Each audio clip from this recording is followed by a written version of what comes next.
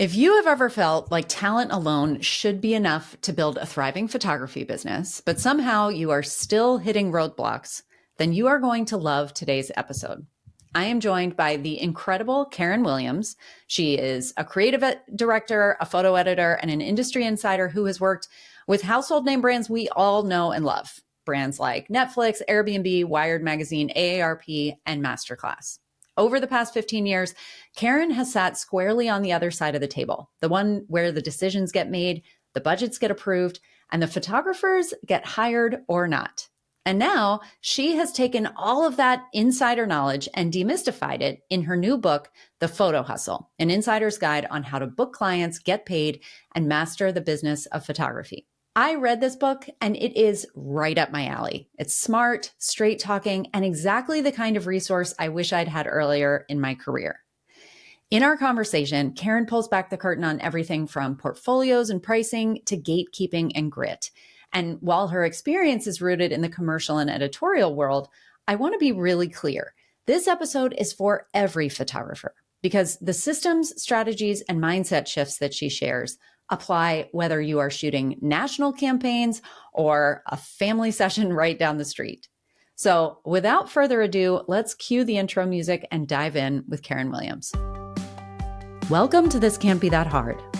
My name is Anami Tonkin, and I help photographers run profitable, sustainable businesses that they love.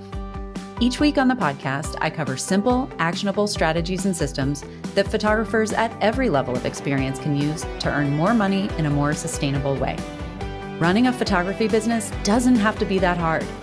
You can do it, and I can show you how. Karen Williams, welcome to This Can't Be That Hard. I am so excited to have you on the show today. How are you? It is early in the morning in LA. I am doing great. I am jazzed. I am pumped. I'm so excited. Thank you for having me on. I love what you do just by opening up those gates, giving information. I feel like sometimes in this photography community, people are like, I have to keep what's mine. I can't, let anyone have it. And it's like, y'all, there's enough for everyone to go around. So I just appreciate you and what you do. Oh, gosh. Well, the feeling is very mutual. I have so enjoyed reading your book, and it was like I kept feeling myself as I was, going through it, being like, yes, there's lots of I read it in digital format, and there's lots of highlighting happening on my screen. So I'm just dying to dive in. And actually, so normally I have people give a little bit of a backstory, but I feel like that's going to get woven in as we go. I would love to just kind of have you dive straight into where you open the book, right? You start the book talking about how there's not really a magic formula to success in photography, which I know resonates very much with me. I know it resonates with my audience because we've talked about many, many times how there are so many different paths to success and there's so many definitions of success. But I would love to hear your take on why that message was so important that was kind of what you led with. I led with that because so many photographers who I've encountered via just a coffee chat or portfolio review, they'll come to me and they'll be like, okay, tell me, what do I need to do? Tell me the exact layout of my website I need to have. What sequence of my photos, what photos you have to have. And it's like, literally, like in my book, there is no magic formula. Right. I always harpen back, and I probably might sound like a broken record after the end of this, but I harpen back to what is not taught in school. Like, yes, in school, I went to school for photography. The technical side, when you look at it, it's like, okay, you know how to use your camera, you know how to, you know all the settings, you know how to, compose an image. But really, when it comes down to it, why I say it's no magic formula, it comes to knowing your why as an artist. Photography is still a art form. Yeah. And I think coming out, I think starting kind of around 10 years ago, I think a lot of people took photography, especially in the age of you have the smartphone. And I always say now that everyone pretty much knows how to use a camera, but not a lot of people know how to take a photo. Right. And the ease of it, where it became more of a service base in a sense of just providing something versus an art form. So I've had people in my life where they've grinded out for like 10 plus years. And then they finally hit like their, definition of success and they're getting, work. And then there's some who come out of oblivion. So when a list celebrity picks them out of nowhere, and then they get a cover, which is a true story with, the Beyonce and talent, and all that. And then, they're shooting everything now, right? Right. There is no secret to success in a sense. All I say is know who you are as an artist, understand what you're trying to do with your photography, and put in the work. There is no, even if you're plucked out of obscurity and then all of a sudden you're just shooting all these things, what's going to keep you in the game? You still have to understand who you are as an artist and deliver great work. Yeah. That's at the end of the day, because you can do one great shoot, but if you're doing like 2 crappy shoots afterwards, you're not going to get hired. Yeah.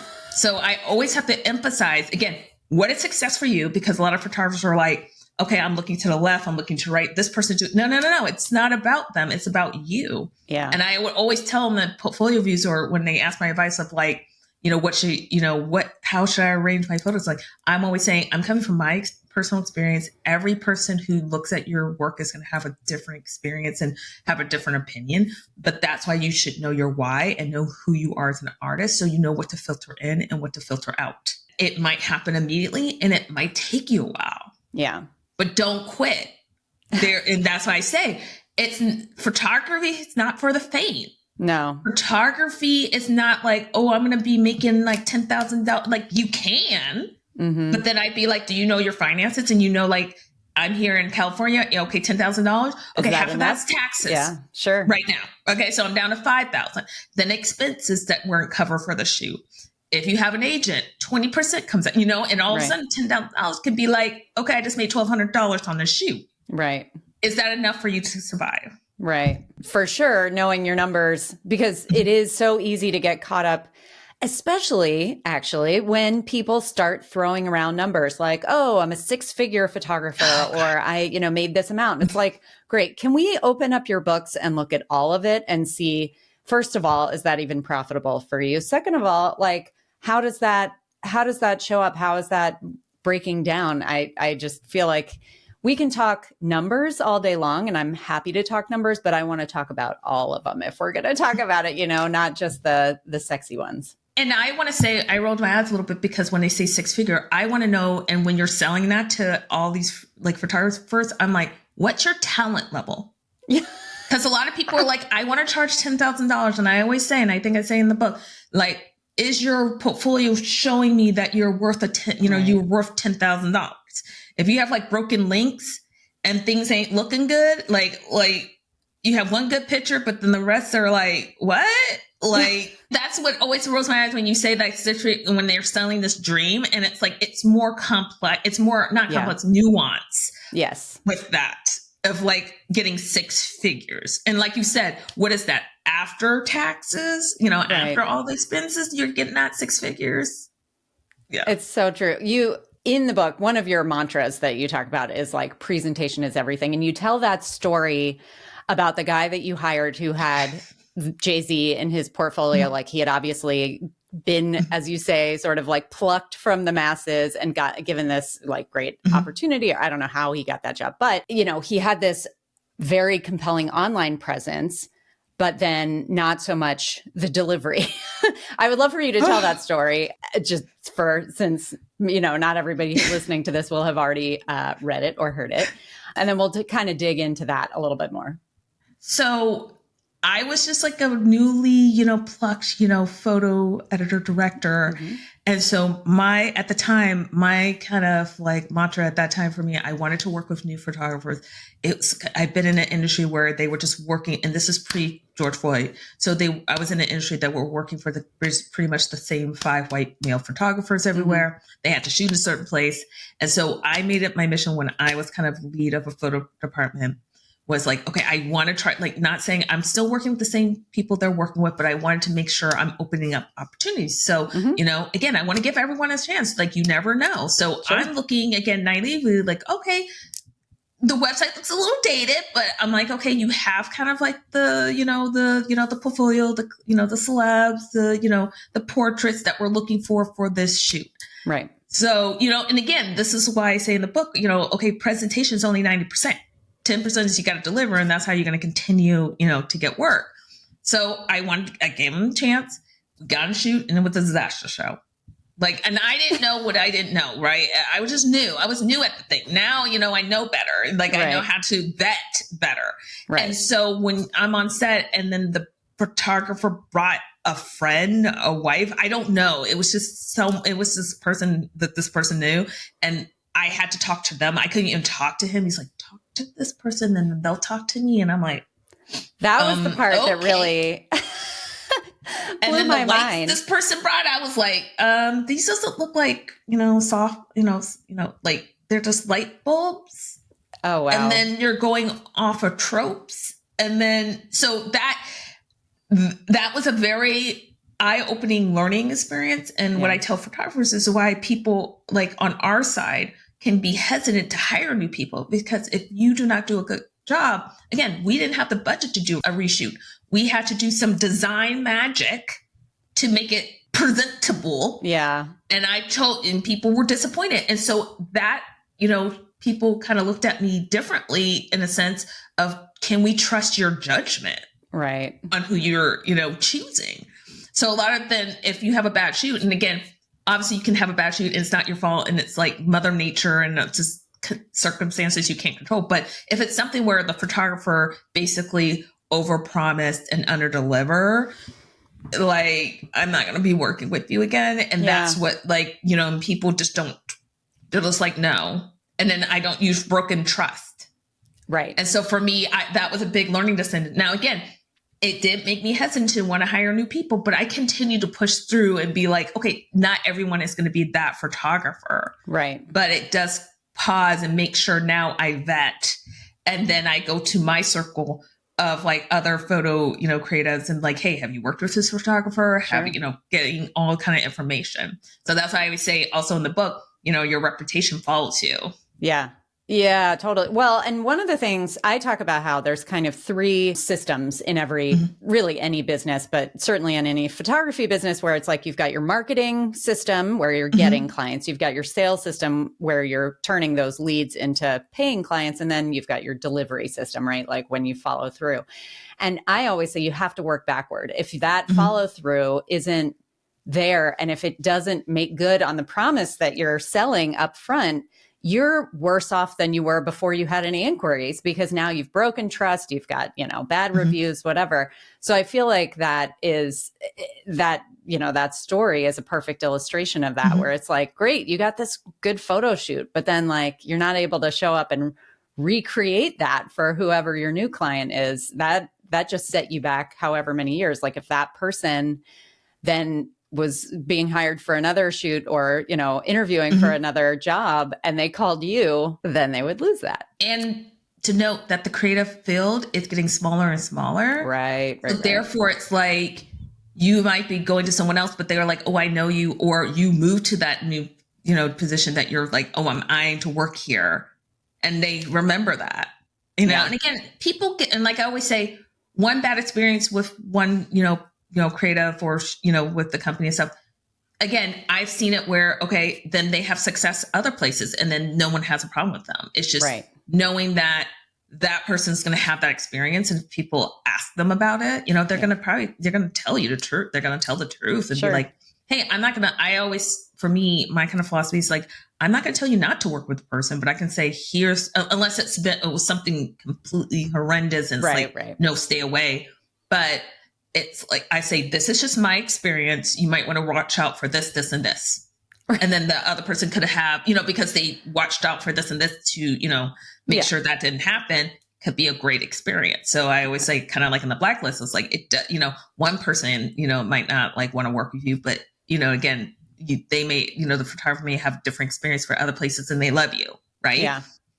It just depends. Indeed, it does. Okay. So while we're talking about sort of presentation, let's talk about portfolios. You, in the brand and editorial commercial world, you talk about, needing to curate your portfolio for the clients that you want.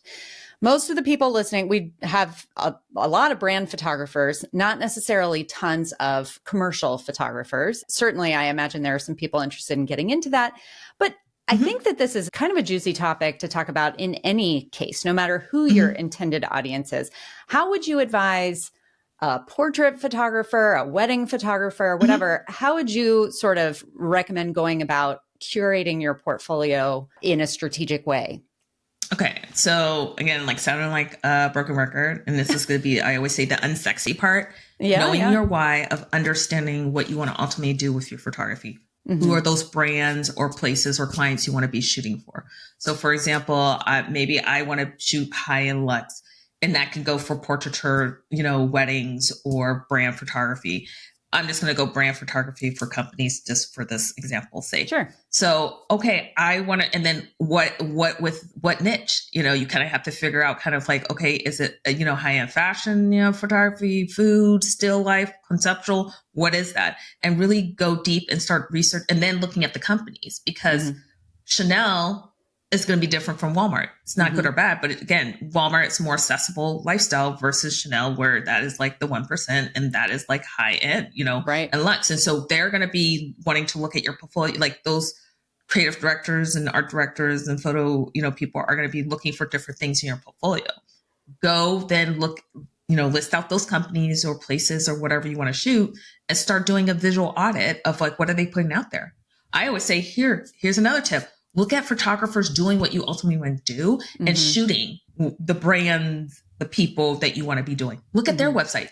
You're not copying them, but you're seeing how they're positioning themselves. Then you could take that data and go to your own work first and kind of do an audit and say, hey, from my research, I noticed that a lot of them do this, or they organize portraits this way, or they organize food or, sweets and savories this way, if you're a food photographer, and just taking notes and being like, okay, I know I have this, but okay, from that research, here's the gaps. Here's what I need that you might have to fill in just to have a kind of a well-rounded portfolio. And I'd say from doing that research, that helps you because you save time and money because you know specifically what you need to add. Right. But then once you have that, then you kind of have to take what, I always say you take kind of that research, remix it into, okay, then what is your distinct visual way you present what you do? Right. Because like I said, you don't want to be a copycat because you'll be the cheap version of the top photographer. Right. So it's like, that's why I'm always like going back to who are you, as a visual artist? Yeah. You know what I mean? And you can interpret that so many ways, because when I get a creative brief, I'm looking for artists that does what only they could do that works for this creative brief. I'm not looking for a copycat. So when you're going about kind of curating, just understand who you're trying to curate to. So if you're a wedding photographer and you're wanting that, do those high luxe destination weddings, will put the hat on like, a bride and groom. What would you think they would be looking for? They're looking for the 5-star like experience when they're looking at your website and seeing the images. At the end of the day, people just want to be blown away with beautiful images, and people are willing to spend that money. I always say AI, is just going to like get rid of like anyone who's mid and below, where if they say, oh, AI can do better, you're dead in the water. Right.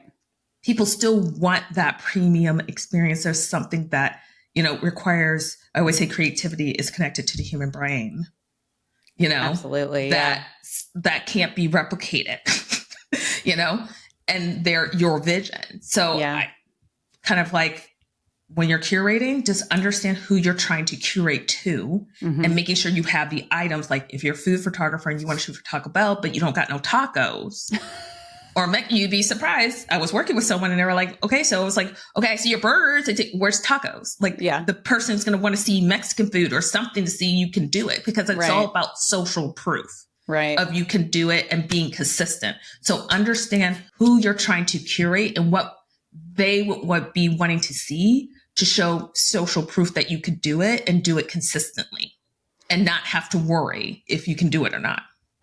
I think we give other people, a lot more credit for making the creative leaps that our brains are wired to make. Like in a totally different context, I can walk into a dump of a house and be like, I see the potential. We're going to, I'll move this and I'll do this. And like, my brain just instantly goes there. It's one of my favorite hobbies. But then I go to, an open house or whatever, and I listen to other people walking around in a house being like, I don't know.